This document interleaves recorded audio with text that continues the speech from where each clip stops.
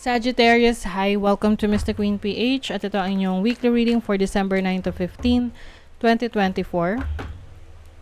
If you're interested in private readings, meron tayong link sa description at sa pinned comment.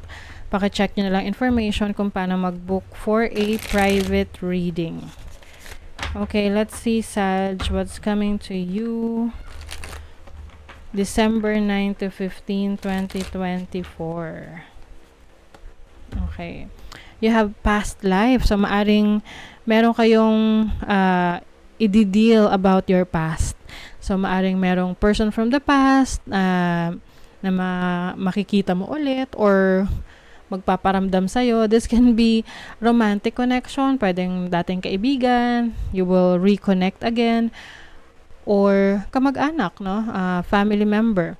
Some of you naman, pwede itong past life regression. So, maaring you will undergo this kind of spiritual na na activity na you will see ano yung nangyari sa iyo in the past. So for some of you, may mga naniniwala sa ganyan, yung iba naman hindi. So just take whatever resonates.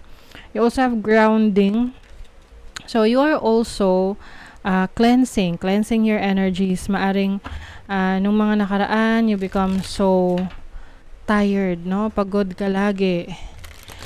Maaring you will go out with nature para makapag-release ng nega energies around you. It really helps, no? Lalo na yung yung grounding na maglalakad ka ng nakayapak, no, sa damuhan, sa by the beach, no. So ano man yung accessible sa iyo, or hugging a tree, no, pagyakap sa mga puno, or just by touching them. That's also a way to ground yourself. You also have new beginning. So maaring may bagong opportunity, bagong simula for you. Some of you, bagong bahay, bagong tahanan, bagong relationship, bagong trabaho, no, na mag-open up for you this week. Or maaring bagong plano, no, bagong direksyon na gusto mong tahakin. Let's see your overall energy. You have the Ace of Cups. Oh, this is yung iba sa inyo may baby, na new source of happiness, a bundle of joy. Ayan. So, yung mga couples dyan na gusto magka-baby, so maaring may good news sa inyo this week, no? This can also mean happiness for you. Merong bagong simula na kung saan excited ka kasi ito yung gustong-gusto mong masimulan. Let's say, you want to start your own business. So, ngayong week na to magsisimula na siya, or ilo-launch mo na yung business na yan. So, it's like an opportunity for you to experience love. Let's see your challenge. You have the Chariot. So, as a challenge, meron stuck energy for some of you. Maaring may mga bagay na hindi kayo mapagdesisyonan kung saan yung direksyon na tatahakin ninyo. Although, andun yung opportunity for new beginnings, but maaring meron ding parang pag-aalinlangan kung masisimulan mo na or gagawin mo na. So, you have to connect to your higher self, or alam mo yung kailangan maging sigurado ka muna kasi sayang naman kung ipupurso mo tapos hindi ka pala sure, 'di ba? So you really have to be sure kung gusto mong gawin yung isang bagay, because this will lead you to success. Oo, this will lead you to success. So let's see your opportunity. What is the opportunity for Sag? You have the Wheel of Fortune, no? This is opportunity for change, energy shifting. Ito naman may bahay dito. So, baharing iba sa inyo talaga. Lilipat ng bahay or lilipat ng trabaho. Some major changes in your life. Just take whatever resonates. And Wheel of Fortune is kumbaga, the wheel is turning in your favor. So, kung merong stuck energy, ito yung challenge na you are feeling stuck. But actually, you have the opportunity na umalis sa stuck energy na yan dahil you have the resources that you need. Meron kang sapat na kakayanan, kaalaman, abilidad para may magbago sa buhay mo at simulan na tong gusto mong gawin. Okay? Let's see your blessing. What is the blessing? The Knight of Cups. So, this is about love. So, some of you, if you are single, pwedeng merong new potential romantic partner for you as a blessing. This can also mean pagkakaroon ng mas malalim na relationship with someone. If you are in a relationship, maari ring merong parang offer to have a new experience with your person.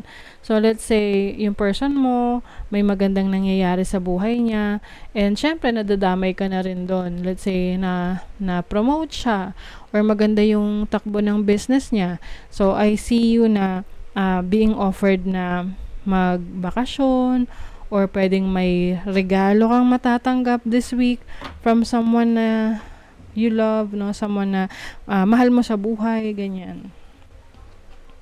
And yung iba naman, this can mean parang like a blessing of a new opportunity or offer for a new job or a new project. Let's see what else. Sagittarius. You have the moon. Ayan, your instinct.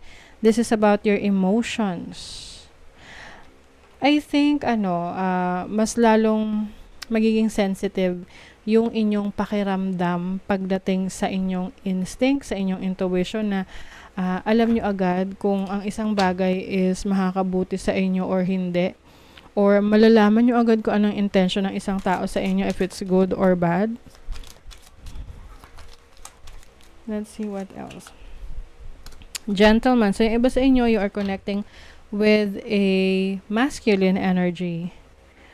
Maaring meron ding person sa buhay mo ngayon na empowering you. Someone na nanghihikayat sa'yo na i-pursue mo na yung mga gusto mong gawin, yung mga plano mo, wag mo nang patagalin. So, if there is someone in your life na ganon, magtiwala ka sa kakayanan niya, magtiwala ka sa kasi siya nga naniniwala sa'yo So, go for it. You also have birch rod. So, this is about quarrel. So, pwedeng iba sa inyo magkaroon ng misunderstanding with someone. This can be, alam mo yung parang, minor na away sa magpartner. Oo, pwede kasing meron kayong hindi mapag-agrihan.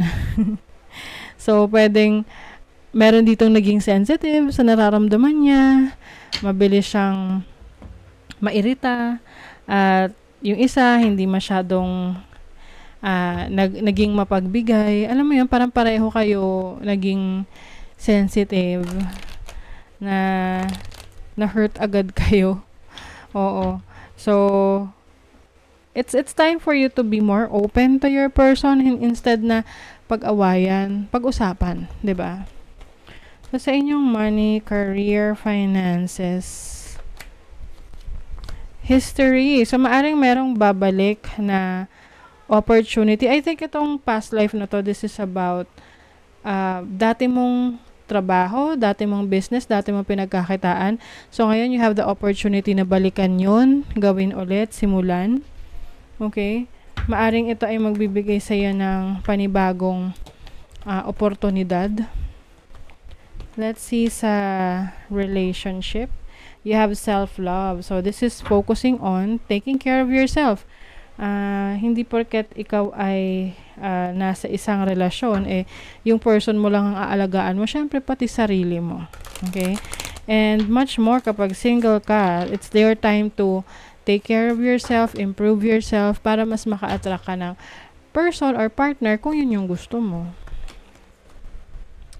perfect trust will be rewarded with its like. So, if you are trusting someone, if you are trusting the universe, if you are trusting yourself, no, sa mga